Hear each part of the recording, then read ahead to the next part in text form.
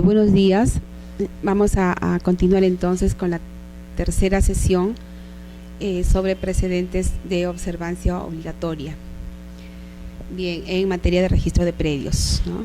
Habíamos dicho entonces anteriormente en las dos primeras sesiones que los precedentes pues son de obligatorio cumplimiento por parte del registrador público y del asistente registral, pero así también de todo usuario que acceda al registro deberá observar estos precedentes para lograr una inscripción mucho más rápida, ¿no? Si se quiere, porque si uno como usuario tiene las ideas claras, la claridad en cómo debe ingresar al registro de un acto específico que ya había sido visto por el tribunal y finalmente se expidió un precedente con relación a ese acto que se pretende inscribir, es mejor que se conozca previamente por el usuario para que pueda ingresar y de ese modo poder lograr una inscripción mucho más efectiva. Por ejemplo, se me ocurre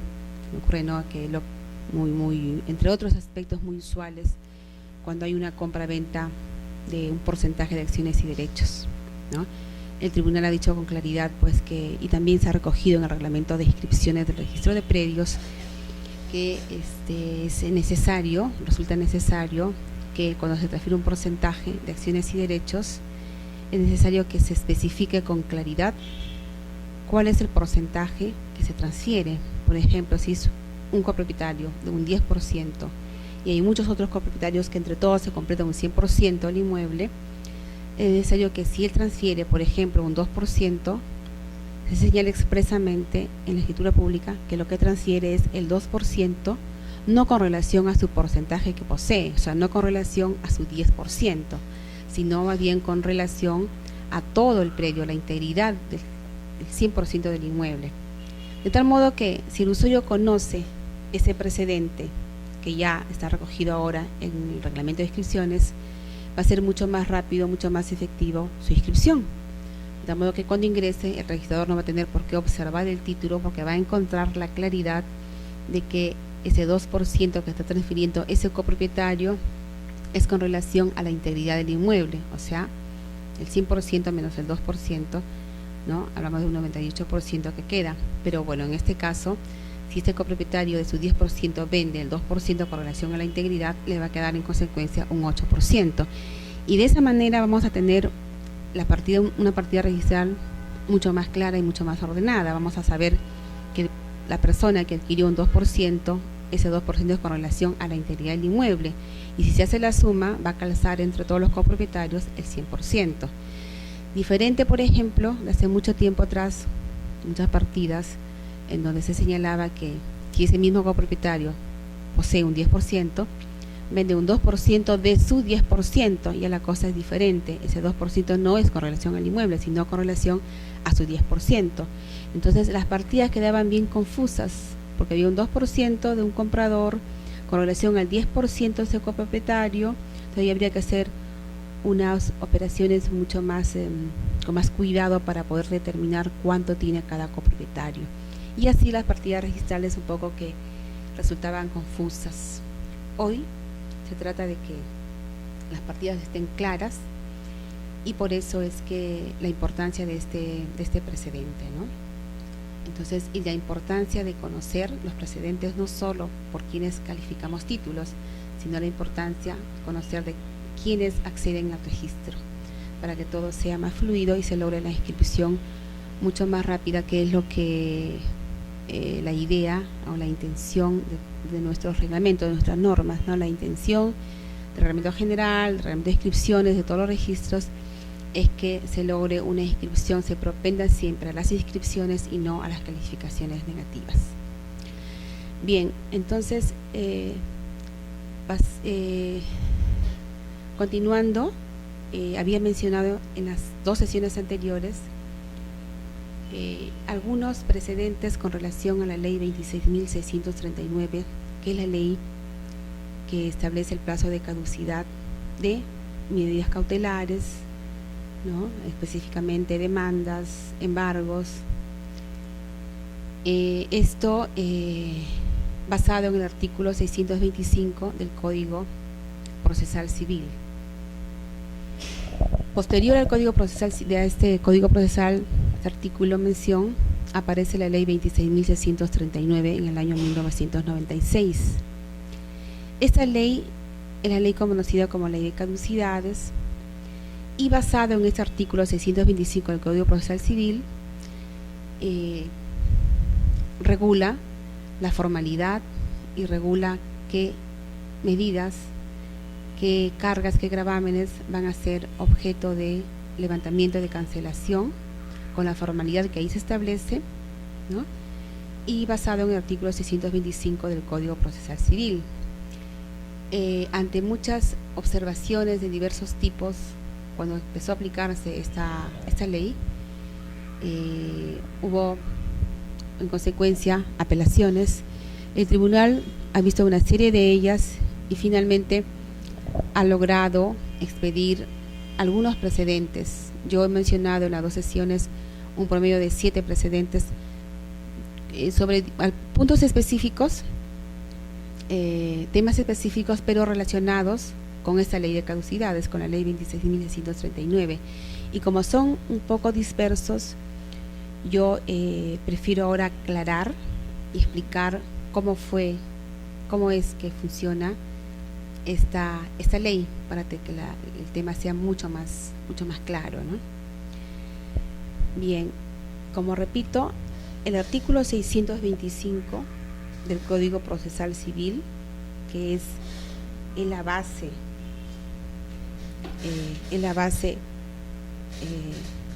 por la cual se expide esta ley, ¿no? En el año 2005, este artículo 625 sufre una modificación por una ley determinada, ¿no? Sufre una modificación y queda redactado ahora de otra manera. Es la ley 28.473. Esta ley, que se expide en el año 2005, cambia el artículo 625 del Código Procesal Civil.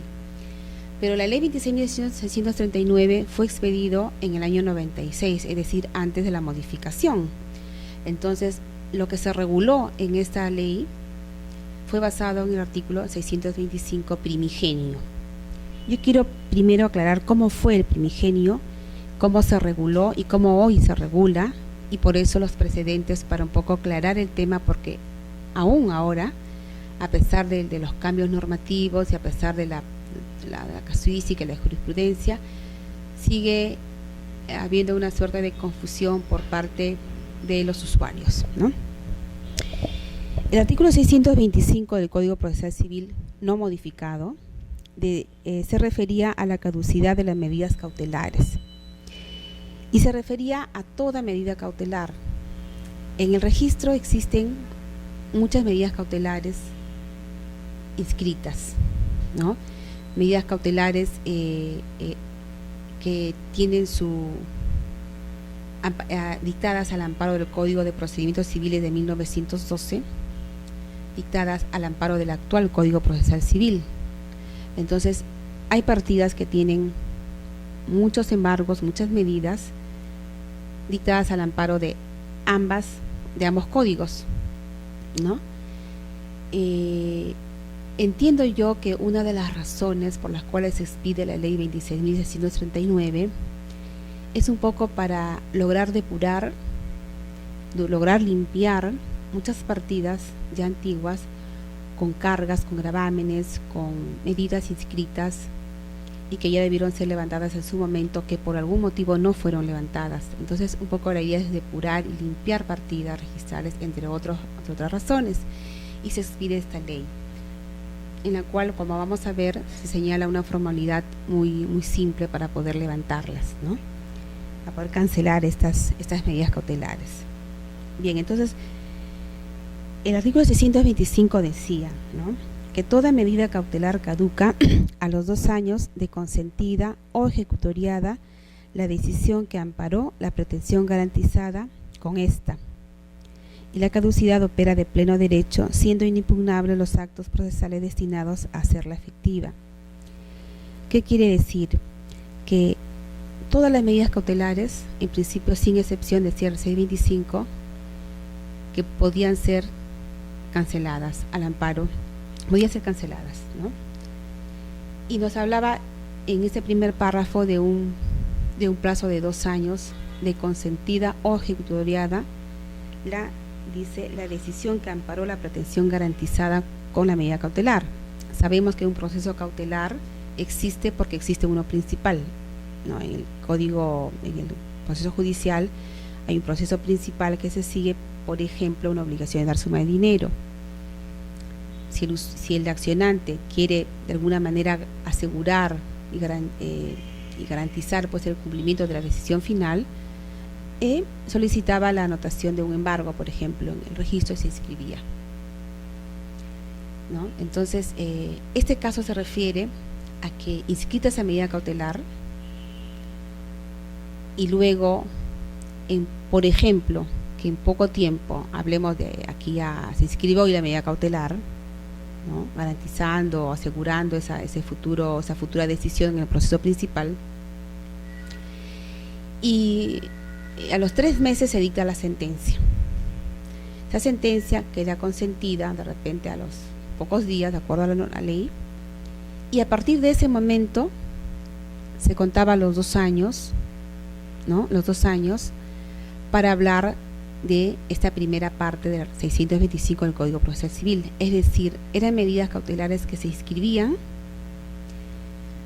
cuando todavía no existía una sentencia final, es decir, no en ejecución de sentencia, sino se inscribían previos a la expedición de la sentencia.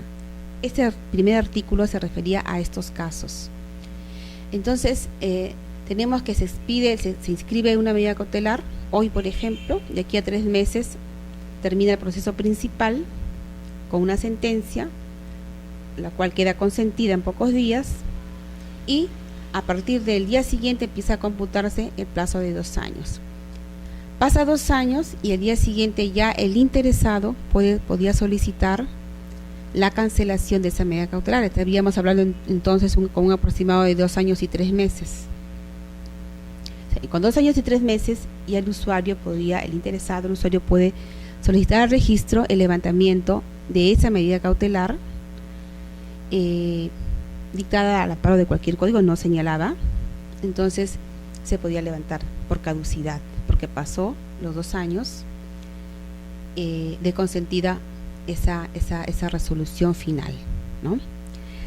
A eso se refería esta primera parte del artículo 625, cuando decía que caduca a los 2 años de consentida o ejecutoriada la decisión final del proceso principal.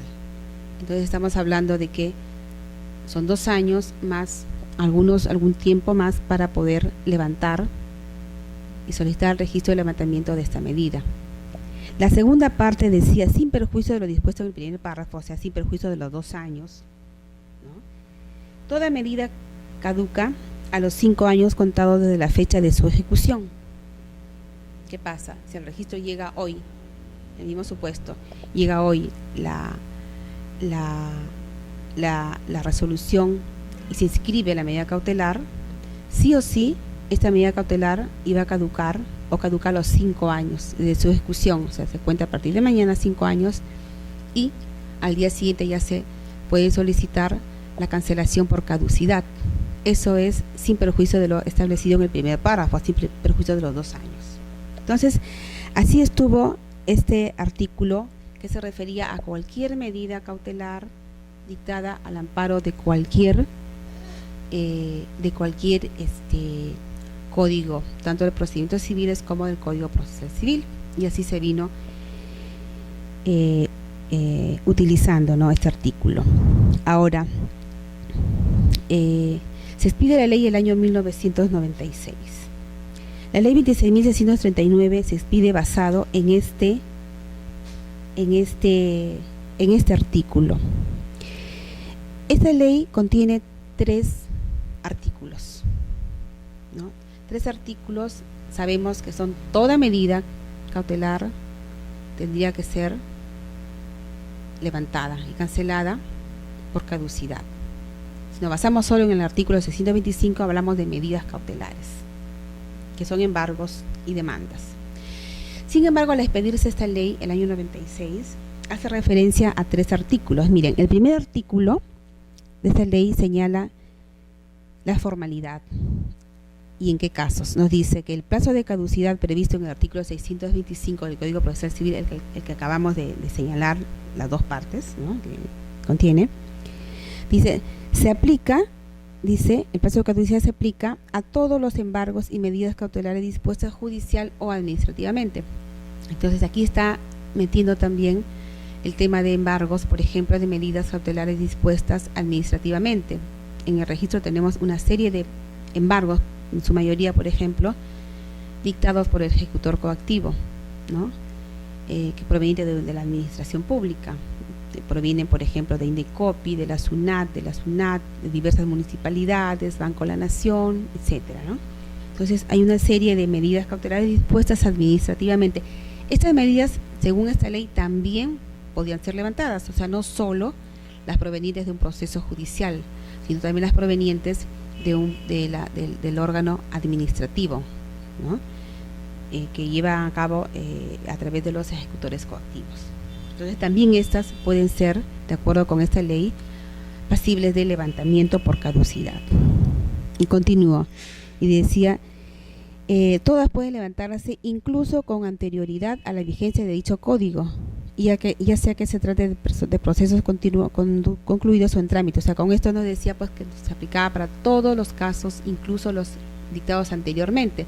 O sea, no solo los dictados al amparo del Código Procesal Civil, el actual, sino también todas aquellas medidas dictadas al amparo de cualquier otra legislación como el Código de Procedimientos Civiles. Esto estaba de acuerdo pues con el artículo 625, que no hacía un distingo, decía toda medida cautelar. Entonces, toda medida cautelar inscrita en el registro, tenemos muchas con el código anterior, entonces todas podían ser pasibles de levantamiento o cancelación por parte del registrador con la formalidad que ahora voy a señalar. En este segundo artículo, en esta segunda parte del primer artículo de la ley, entonces se refiere a la formalidad y nos dice, tratándose de medidas inscritas, o sea, un embargo, una demanda inscrita, dice, los asientos registrales serán cancelados a instancia del interesado, ¿no? El interesado sabemos que no necesariamente es el propietario. El propietario puede haber fallecido hace mucho tiempo, puede haber cualquier interesado en adquirir el inmueble tal vez, o sea, la ley nos dice de el interesado. Dice, serán cancelados a instancia del interesado con la presentación de una declaración jurada con firma legalizada por fedatario o notario público, en la que se indique la fecha del asiento de presentación que originó la anotación de la medida cautelar y el tiempo transcurrido. Solo esos 2 requisitos. Un documento con firma legalizada, ¿no?, presentado por el interesado, firma legalizada del interesado o certificada por el fedatario de la institución, no había problema, en la cual se tiene que indicar expresamente cuál es el asiento registral que se pretende cancelar y el tiempo transcurrido de esa inscripción. Con esos 2 requisitos, el registrador debió proceder a verificar el tiempo transcurrido, verificar la existencia del asiento, verificar el tiempo transcurrido, si efectivamente ya transcurrió el plazo de caducidad.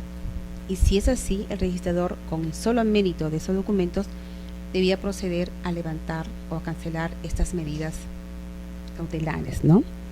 Dice acá, el registrador cancelará el respectivo asiento con la sola verificación del tiempo transcurrido. O sea, la formalidad tan simple como es una solicitud, una declaración jurada con firmas legalizadas, indicando qué asiento registral desea que se cancele y el tiempo transcurrido de ese asiento, que obviamente debió haber transcurrido ya el plazo de caducidad para el levantamiento de esa medida. Por ejemplo, si en ese momento nosotros aplicamos o quería el usuario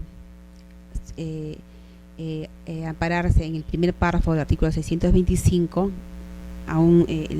antes de la modificatoria.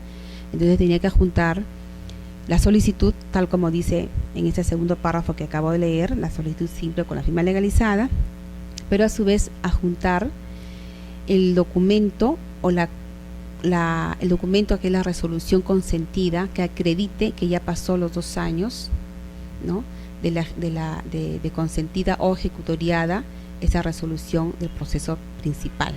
Entonces, si el registrador verificaba que efectivamente ha transcurrido más de 2 años después de esa resolución, podía levantar esa medida cautelar. O sea, así estaba señalado. O en su caso de no ampararse en esa primera parte, bastaba con verificar el plazo de 5 años computados a partir de la ejecución. 5 años y, o sea, la inscripción misma, ¿no? 5 años y al día siguiente ya podía levantarse cualquier medida cautelar, ¿no?, al amparo de los 5 años que ha establecido en la segunda parte del 625 del Código Procesal Civil. Entonces, acá el artículo señalaba, ¿no?, quienes presenten declaraciones falsas serán pasibles de responsabilidades civiles y penales. Bueno, es un tema aparte que, si hubiese el caso, la ley misma está diciendo que serán responsables, ¿no?, civil y penalmente.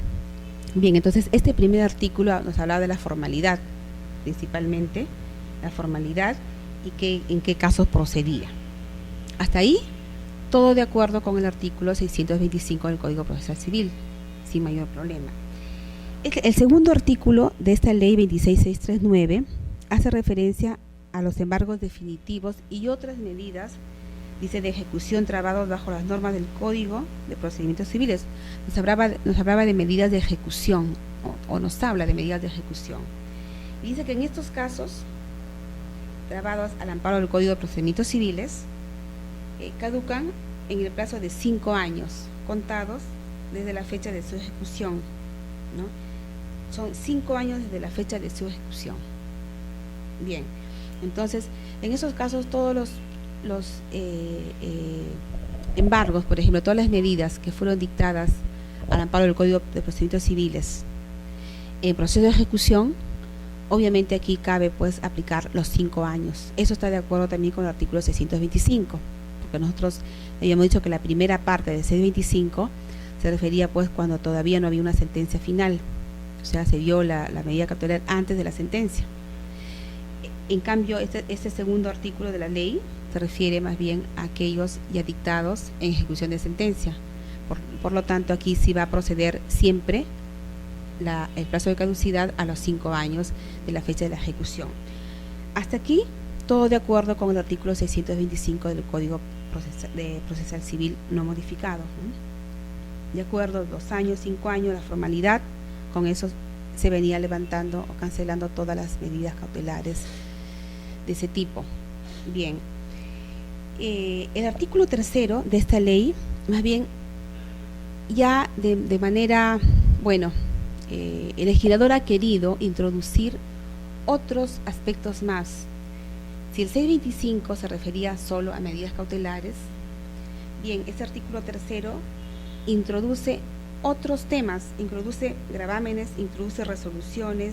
Es más, la demanda misma, que es una medida cautelar, ¿no?, que debemos pensar en principio que debió caducar a los 2 años o a los 5 años, ¿no? Sin embargo, el legislador ha querido señalar, precisar que las demandas caducarán a los 10 años, no a los 5 ni a los 2 años, como sí en los embargos, a los 10 años. Aquí dice, ¿no?, las inscripciones de las hipotecas, de los gravámenes y de las restricciones a las facultades del titular de derecho inscrito y las demandas y sentencias u otras resoluciones que a criterio del juez se refieran a actos o contratos inscribibles se extinguen a los 10 años de la fecha de sus inscripciones si no fueran renovadas. Es decir, que una hipoteca que ya lo ha introducido muy aparte, ¿no?, ya no tiene relación con el 625 del Código Procesal Civil. Sin embargo, esta ley ha metido en el tema también a las hipotecas, a cualquier otro gravamen, a las restricciones de las facultades del derecho titular, ha metido también a demandas y sentencias y otras resoluciones que a criterio del juez, ¿no?, se refieran a actos o contratos inscribibles.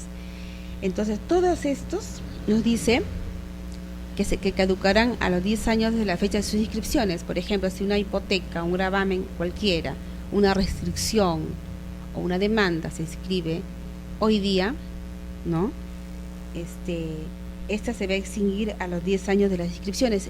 Quiere decir que a partir de mañana contaremos 10 años y al día siguiente ya podemos hablar de la caducidad de esa demanda, de la caducidad de esa hipoteca, de ese gravamen, de esa restricción, ¿no?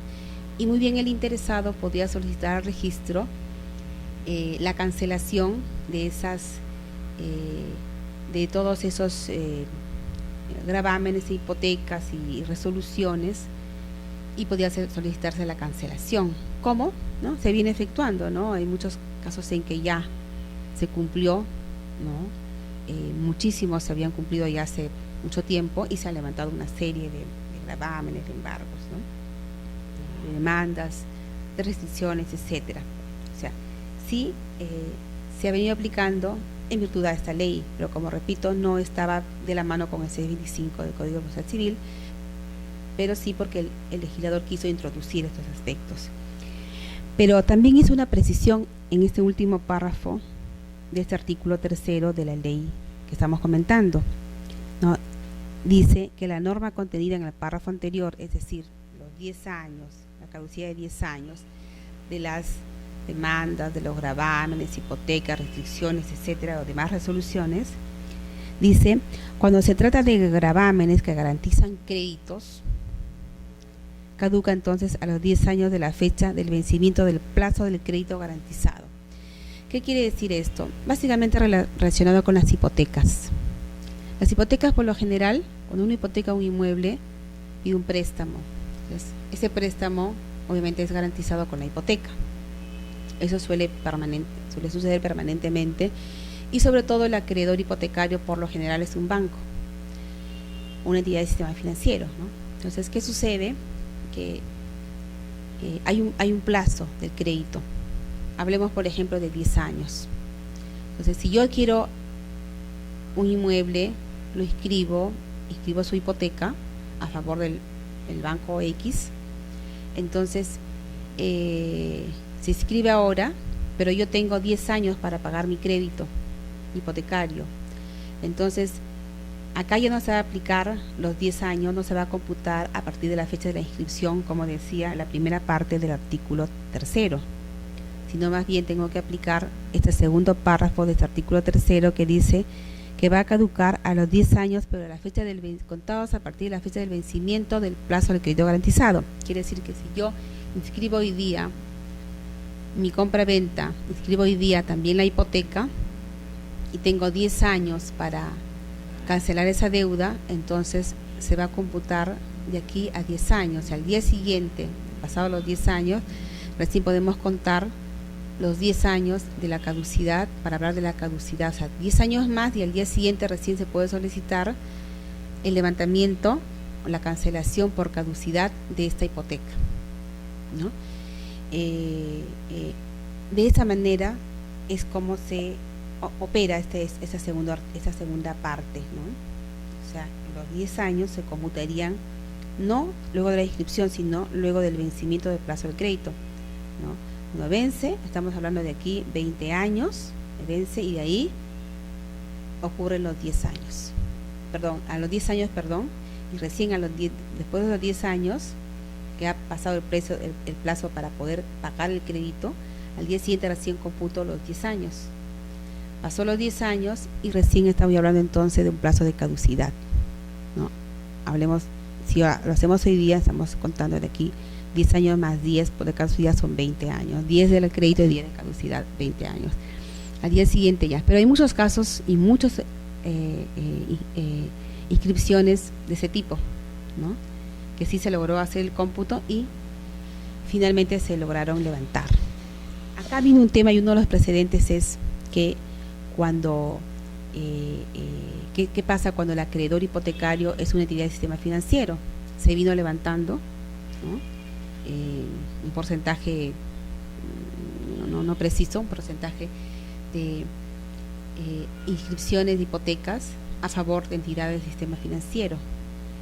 Pero habiéndose percatado de ese tema, es que se expide la ley 26.702 el 9 de diciembre de 1996, o sea, 2 meses y medio posterior a la vigencia de la ley 26.639, se expide la ley 26.702, que es la referida a la ley del sistema financiero, ¿no? Y en el artículo 172 modifica esa parte y más bien quita la excluye, ¿no?, cuando se trata de acreedores que son los conformantes del sistema financiero. La ley dice, ¿no?, la 172 de esta ley, que modifica la ley 26.639, lo excluye, mejor dice que la liberación y extinción de toda garantía real, o sea, toda hipoteca, ¿no?, constituida a favor de las empresas del sistema financiero, requiere ser expresamente declarada por la empresa acreedora. Acá está clarificando esta ley que si el acreedor hipotecario es una empresa, una entidad del sistema financiero, necesariamente para poder levantar, para que se pueda extinguir esa hipoteca, debe ser obligatoriamente declarada por la misma acreedora, por la misma entidad del sistema financiero. Y dice, punto seguido, la extinción dispuesta por el artículo 3 de la ley 26.639, la que decíamos que abarca también, ha introducido a todas las hipotecas y demás gravámenes, etcétera, dice, esa extinción dispuesta por ese artículo de la ley no es de aplicación para los gravámenes constituidos en favor de una empresa, ¿no? Entonces, una empresa es parte del sistema financiero, de tal modo que quedó excluido a partir del 9 de diciembre del año 96.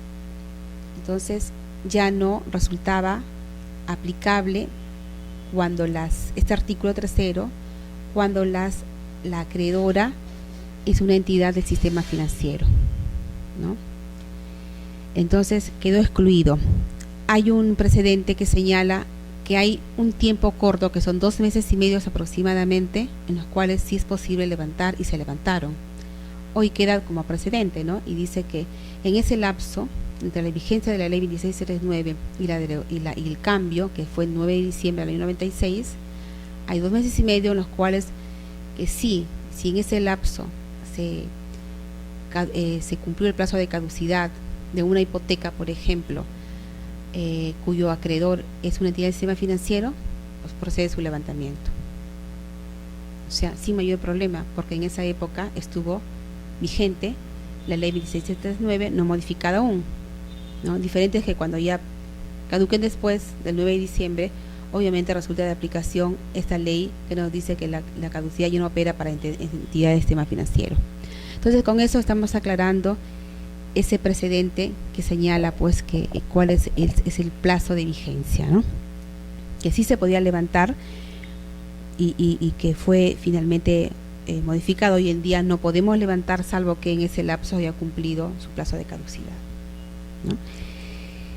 Pero ahora, en el año 2005, entonces hay un cambio. El artículo 625 del Código Procesal Civil. Acá tenemos la ley 28.473 de marzo del 2005, 18 de marzo de 2005. Cambia el artículo 625 del Código Procesal Civil y excluye de su aplicación del plazo de caducidad a todas las medidas cautelares dispuestas al amparo del actual Código Procesal Civil. Y solamente refiere a todas medidas cautelares dispuestas al amparo del Código de Procedimientos Civiles de 1912. O sea, hoy en día solo esas medidas cautelares son pasibles de levantamiento, de cancelación. Todas las dispuestas al amparo del Código de Procedimientos Civiles de 1912.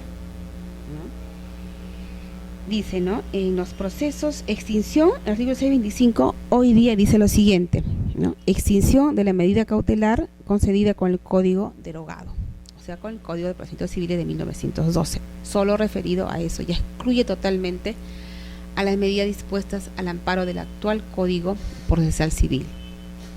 Y dice, en los procesos iniciados con el Código de Procedimientos Civiles de 1912, la medida cautelar se extingue de pleno derecho a los 5 años contados desde su ejecución.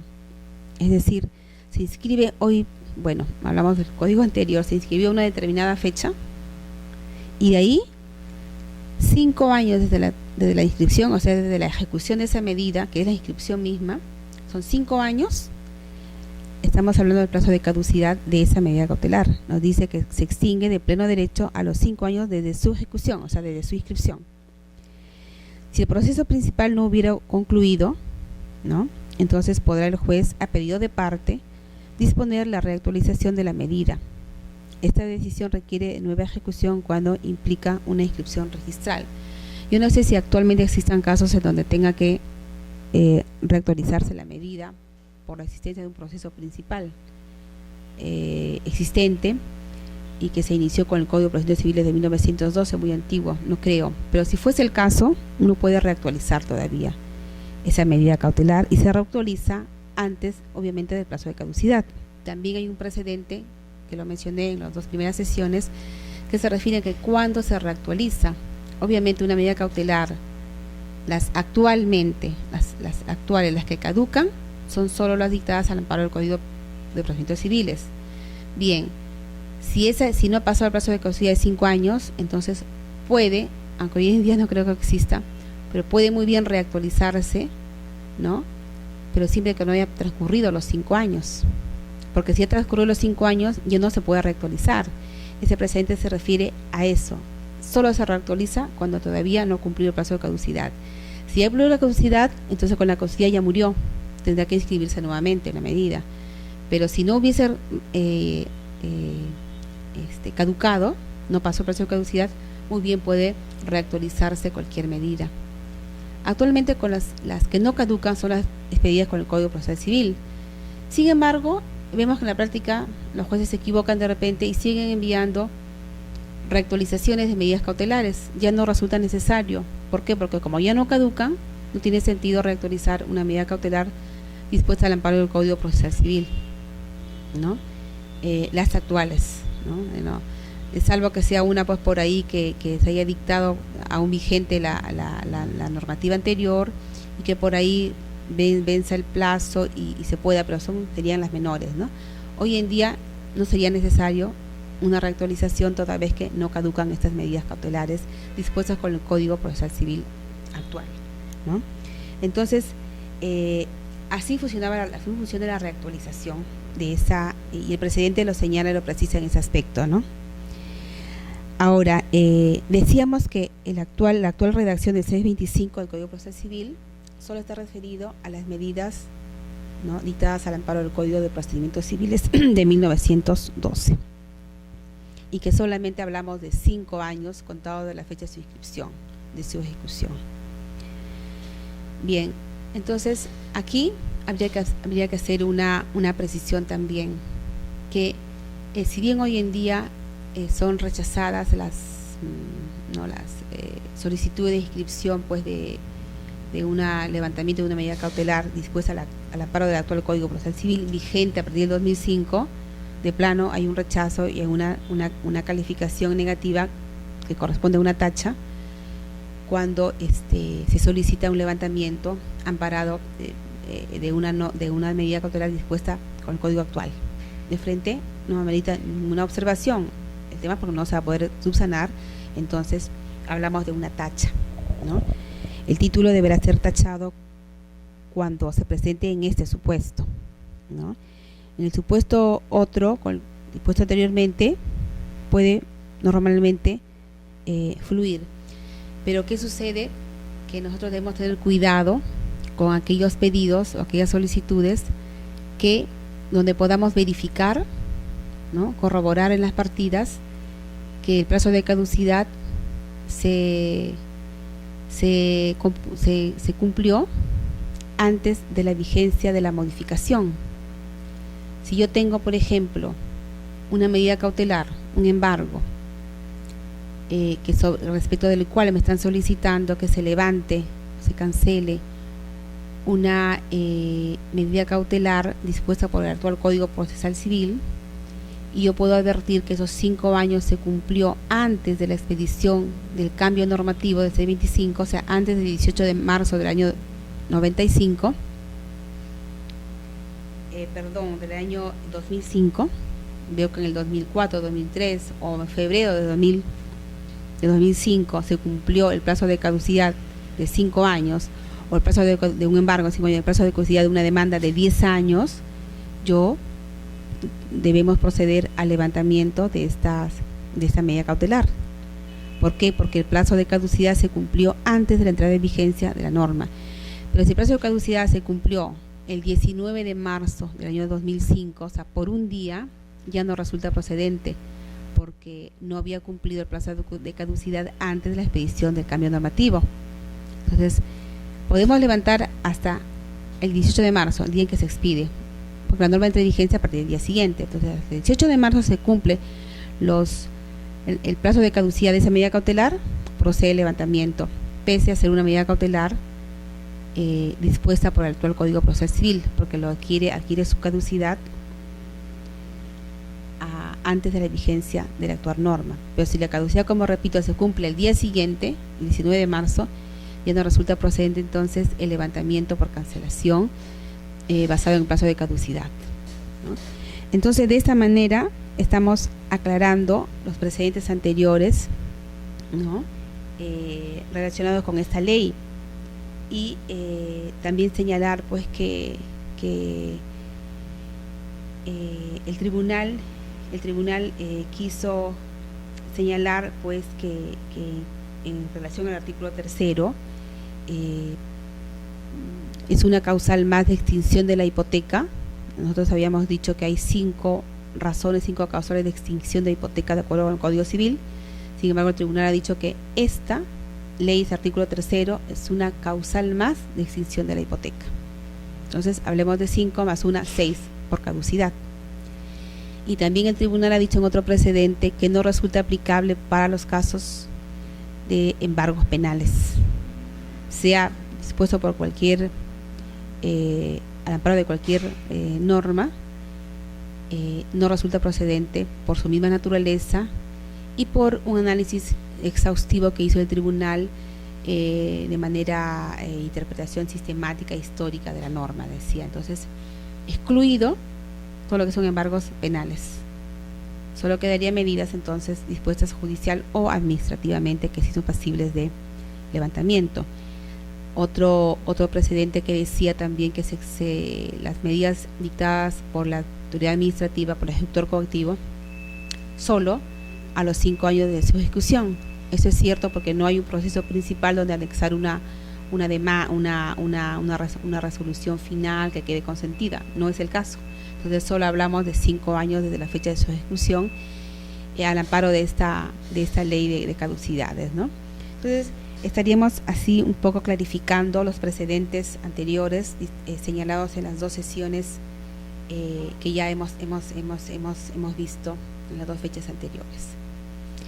Bien, entonces ahora continuamos con los precedentes en materia de predios, ¿no? Algunos son específicamente de predios, otros son que se relacionan con predios y con otros también, ¿no? Que me parece son un poco más saltantes. Bien, entonces el otro precedente, continuando, aprobado en el 22º pleno,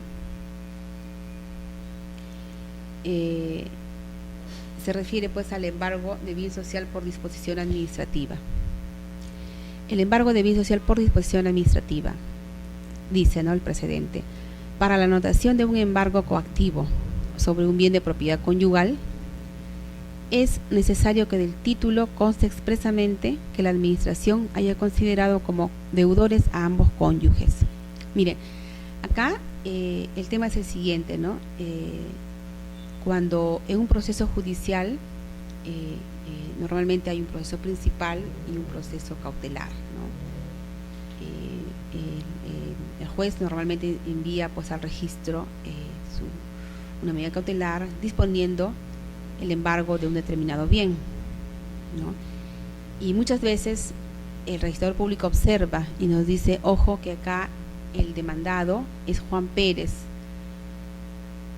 y respecto de él se está solicitando que se inscriba una medida cautelar donde él aparece como propietario, pero resulta que él no es el único propietario, resulta que hay varios copropietarios. Es un supuesto. El otro supuesto es que resulta que él no es el propietario, sino es la sociedad conyugal, que lo conforma él y su cónyuge. Entonces, cuando esto sucede, el registro público lo que hace es advertir al juez, para que el juez diga con precisión qué o cómo debe proceder, o reitera su mandato, o lo clarifica, que por lo general aclaran vía otra resolución. Y cuando se trata, por ejemplo, de una copropiedad, lo que hace el juez es aclarar que el embargo va a proceder solo respecto de las acciones y derechos que tiene ese demandado respecto de ese inmueble, y así se inscribe sin mayor problema. O también ordena la inscripción y aclara la resolución indicando que el bien, si bien es de propiedad de la sociedad conyugal, él solo ordena el levantamiento, la inscripción de un embargo, por ejemplo, del embargo respecto de las acciones y derechos que le va a corresponder a futuro a este demandado, o sea, luego del fenecimiento y la liquidación de las sociedades gananciales, lo que le correspondería como un derecho expectaticio, lo envía así la resolución.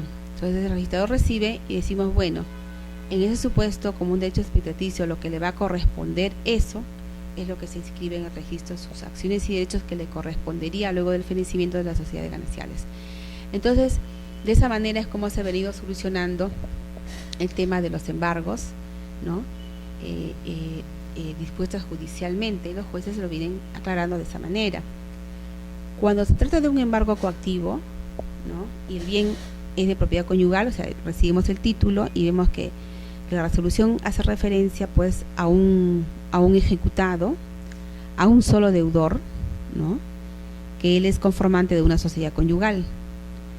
Entonces aquí el tribunal ha dicho que no va a proceder la inscripción de ese embargo, por ejemplo, de esa anotación de embargo, respecto de todo el inmueble, cuando el inmueble es de propiedad de una sociedad conyugal, o sea, no es el deudor el único propietario, él es parte de una sociedad conyugal. Entonces, nos dice el tribunal que acá resulta necesario que la administración pública haya considerado como deudores a ambos cónyuges. O sea, ambos tienen que ser deudores. Si ambos son los deudores, entonces, siendo que el inmueble está inscrito a favor de esa sociedad conyugal, procede la inscripción. Pero si ambos no son los deudores, entonces no va a resultar procedente que se inscriba ese embargo, porque no es solo de un deudor, de un ejecutado, es de él y de su cónyuge. Entonces, ¿cómo lo vienen solucionando los ejecutores coactivos? Del modo parecido a cómo se ha solucionado a nivel judicial. Es decir, que se señala que se va a embargar los derechos expectaticios de este cónyuge, de este deudor, luego del fenecimiento, ¿no? de la sociedad de gananciales. Y de esa manera similar se viene inscribiendo, pero en tanto se considere de esa manera y el ejecutor coactivo lo envíe de esa manera. Si no, se insiste en la inscripción del inmueble, del embargo sobre el inmueble de propiedad de la sociedad conyugal, solo siendo uno de ellos el cónyuge, por ejemplo, el deudor, no va a resultar procedente. En tanto la norma exige, pues la presente exige que sean ambos considerados como deudores, y solo así procedería, no de otra manera, ¿no? Bien. Este segundo precedente está referido a la naturaleza del plazo de retroventa. Nos dice, ¿no? La naturaleza del plazo legal o convencional del pacto de retroventa es uno de caducidad. ¿Qué nos quiere decir? Que cuando las partes han convenido, han pactado esta retroventa, si hacemos un poquito de recuerdo, el Código Civil permite dos solo dos pactos, ¿no?, relacionados con la compraventa, que es el pacto de reserva de propiedad y el pacto de retroventa. Entonces, por el pacto de retroventa, una de la parte vendedora, ¿no?, está facultada a unilateralmente resolver ese contrato de compraventa en un tiempo que ambos lo establezcan. Pero ese tiempo tiene un plazo, un plazo límite que no puede exceder de 2 años, dice la ley. Si, por ejemplo, las partes deciden por 3 años o por 2 y medio, la ley establece que hay que reducir al plazo máximo, que son de 2 años. O sea, 2 años tendría en los casos, en el mejor de los casos, tendría este vendedor para proceder con la resolución unilateral de esta compraventa. Por lo general se ve plazos menores, un promedio de 6 meses, que es lo que usualmente veo, ¿no? ¿Qué pasa en las partes? Se realiza la compraventa con el pacto de retroventa, en donde establece por lo general un plazo de meses, en este caso 6 meses, hablemos de 6 meses. Las partes pueden prorrogarlo después, pero no más allá de los 2 años. Cualquier plazo mayor queda reducido a los 2 años. Bien, pero si no han pactado ningún plazo, entonces hablemos de los 6 meses que ellos han pactado. No, si no pactaron un plazo mayor, y lo pactaron 6 meses, quedamos con 6 meses. Al día siguiente de cumplidos los 6 meses, ese pacto ya caducó. Es decir, ya no es posible renovarlo, reactualizarlo, no es posible prorrogarlo, porque ya caducó. Es un plazo de naturaleza, la naturaleza de este plazo es de caducidad. O sea, al día siguiente ya el vendedor no va a poder realizar ninguna resolución de ese contrato, porque ya caducó su facultad, caducó exactamente en el último día de los 6 meses establecidos convencionalmente con el comprador. Entonces ya no resulta posible porque es de caducidad. En la segunda parte de este precedente dice que para cancelar la inscripción del pacto de retroventa bastará presentar una solicitud simple, debiendo el registrador constatar que ha transcurrido el plazo pactado, ¿no?, ambos, por ejemplo, los 6 meses, ¿no?, o el máximo establecido por el Código Civil, por ejemplo, los 2 años, ¿no?, sin que conste en la partida asiento. Esto es muy importante, no debe constar en la partida un asiento que evidencie que el vendedor ha hecho uso de su derecho de retroventa, o sea, de su derecho resolutorio. Procede la inscripción de la resolución unilateral ejercida por el vendedor dentro del plazo pactado o fijado por ley, aun cuando se hubiere cancelado la inscripción del pacto. Bien, hasta acá, ¿qué pasa? La solicitud es simple, dice el tribunal, un documento simple. Se presenta al registrador, el registrador simplemente verifica, efectivamente pasó los 6 meses, estamos hablando de 6 meses y 5 días, por ejemplo, y por tanto ya caducó y puedo levantar o cancelar este pacto inscrito, ¿no? Y procede el levantamiento del pacto sin mayor problema, con esa formalidad tan simple, ¿no? Con la verificación del plazo. Pero es muy importante que el registrador vea también que no solo pasó el plazo de ley, sino que en la partida no existe ningún otro asiento por ahí que dé alguna evidencia de que el titular ha hecho uso de su derecho resolutorio, porque muy bien, el interesado es el comprador, que es el actual propietario.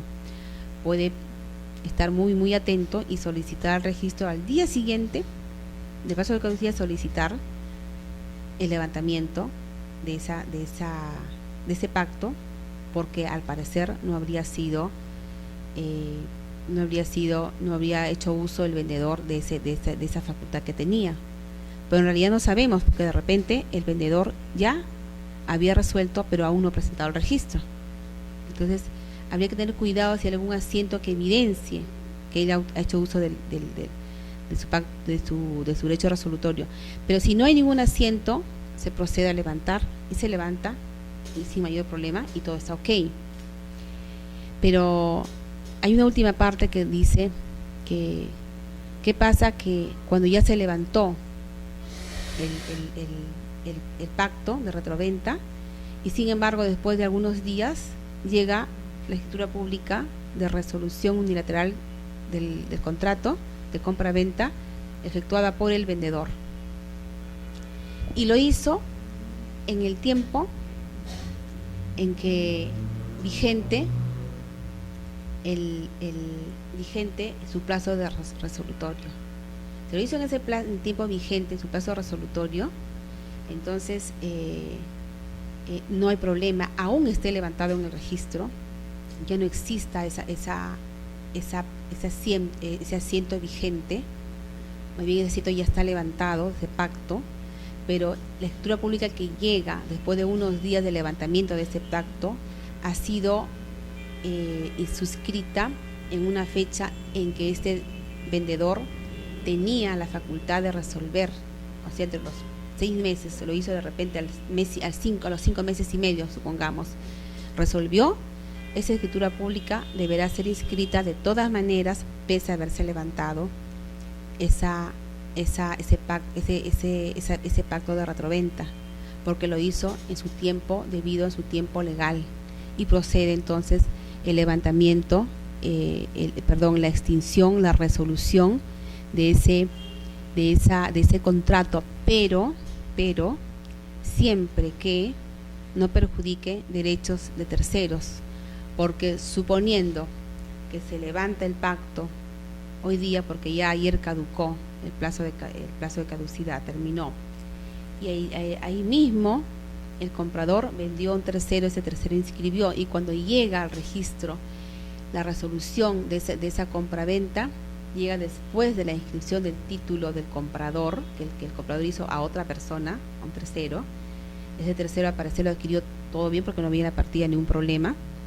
Entonces hablamos de un tercero de buena fe, ¿no?